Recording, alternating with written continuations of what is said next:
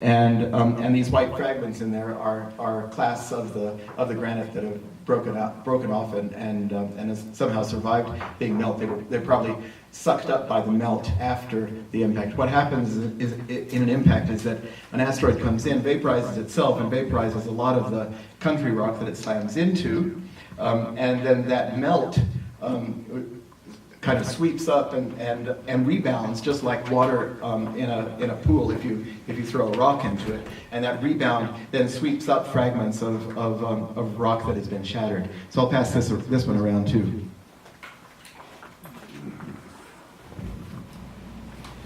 So that's what I was going to say. Any questions about that? And then I'll turn it over to some of these other. Yes. How large was the asteroid that blew up over Botswana?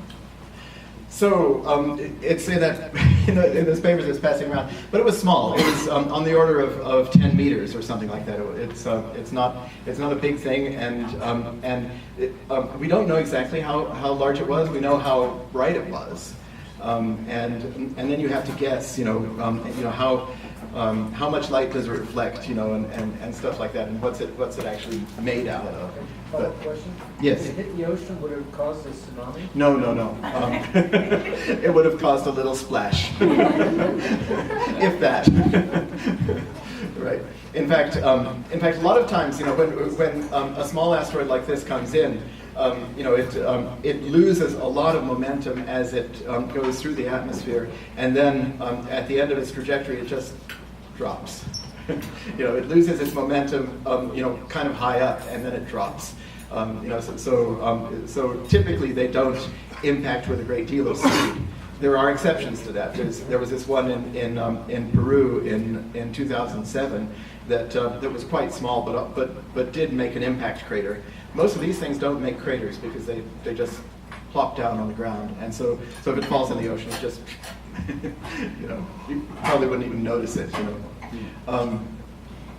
The Chelyabinsk meteor, in February of 2013, the one that exploded over a large city, Chelyabinsk, east of the Urals in Russia, and had this big blinding flash that attracted everybody to the windows, and then the shockwave broke the windows, and lots of people were hurt by the shattering of the glass.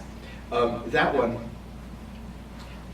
produced a huge number of fragments over a very large area, and then it left a single fairly large piece that simply fell. After all the momentum had been lost, it simply fell into this ice-covered lake and made a hole, a few meters across.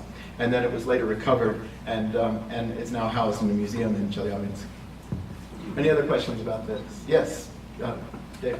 There was the asteroid that the ESA landed on, and the lander bounced and was finally found. How big was that one? Well, so you're talking about the comet 67. Yes. Yeah, the 67 GP or whatever it was. Giacomini. No, what was it called? CG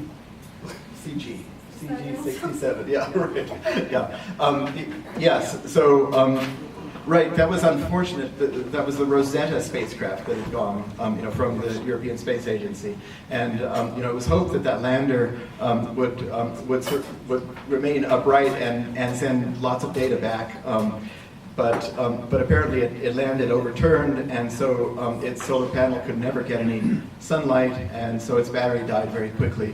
It's one of the hazards of this kind of activity. In fact, the first Hayabusa had a failure as well. It wasn't able to pick up as much material as they hoped to, and so the Hayabusa 2, the one that is now at Ryugu, is hopefully going to be slightly more successful.